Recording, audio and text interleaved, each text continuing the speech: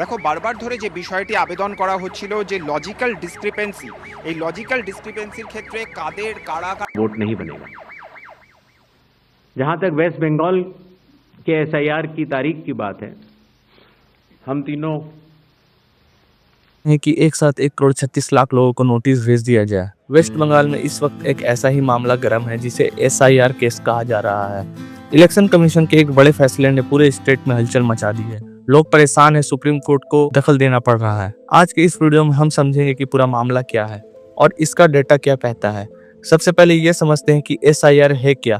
Election commission हर साल voter list update करता है, लेकिन इस बार बंगाल में 2026 इलेक्शन से पहले इंटेंसिव रिवीजन किया जा रहा है। इसका मकसद होता है वोटर लिस्ट को क्लीन करना, यानी फेक वोटर्स, डेड पर्सन और इलीगल इमिग्रेंट्स के नाम हटाना। लेकिन कंट्रोवर्सी तब शुरू हुई जब 1,36,00,000 वोटर्स को डाटा मैच ना होने वाले कैटेगरी में डाल दिया गया, उन्हें वेरिफिकेशन में बुलाया गया। अब आप सोच रहे होंगे कि ये डेटा मैच ना करना क्या है।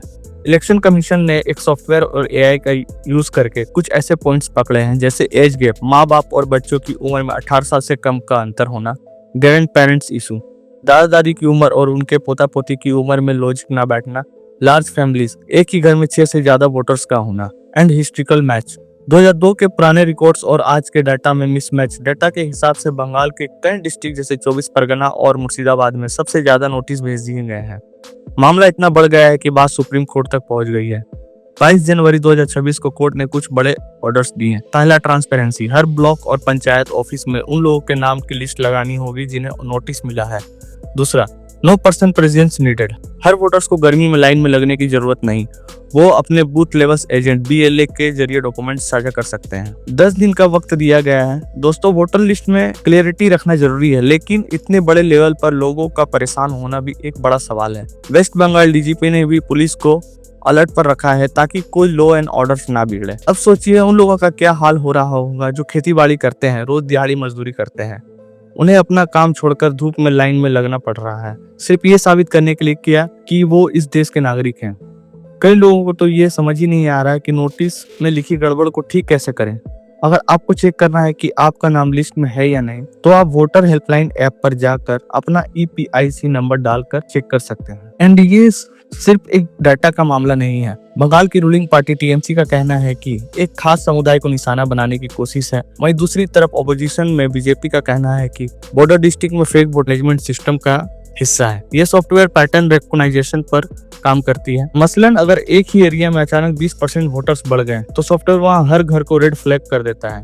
यानी सिस्टम को डर है कि कहीं ये लोग बॉर्डर पार से तो नहीं आए। सवाल ये है कि 2002 साल ही क्यों लिया गया? क्योंकि 2002 में एक बड़ा फोटो वोटर्स रूल रिवीजन हुआ था। इलेक्शन कमीशन अब आज के डेटा को उस 2002 के बेस्ड डेटा से मैच कर रही है। अगर आपके फादर या ग्रैंडफादर का नाम 2002 में था और उनकी डिटेल्स मैच नहीं हो रही, तो सिस्टम उसे घोस्ट वोटर्स मान लेती है। डीप एनालिसिस ये कहती है कि बंगाल के बॉर्डर डिस्ट्रिक्ट जैसे मालदा, मुर्शिदाबाद, नादिया में population growth rate national average से ज्यादा दिख रहा है। इस SIR प्रोसेस का एक ही बड़ा मकसद है, पता लगाना कि ये नेचुरल ग्रोथ है या फिर इन्फिल्ट्रेशन की वजह से वोटर लिस्ट फुल गई है।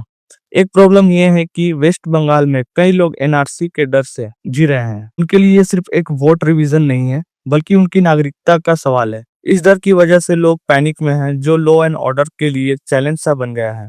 आपको पता है, इलेक्शन कमीशन सिर्फ उम्र ही नहीं, 17 अलग अलग फैक्टर्स चेक कर रहा है। इसमें आपके घर का एड्रेस, पिछले 5 साल का वोटिंग रिकॉर्ड्स और यहाँ तक कि आपके एरिया का जेंडर रेशियो भी शामिल है। अगर किसी एरिया में मर्दों की संख्या बहुत ज्यादा बढ़ जाती है, तो सॉफ्टवेयर उसे इन्फिल्ट्रेशन का संकेत मानता है।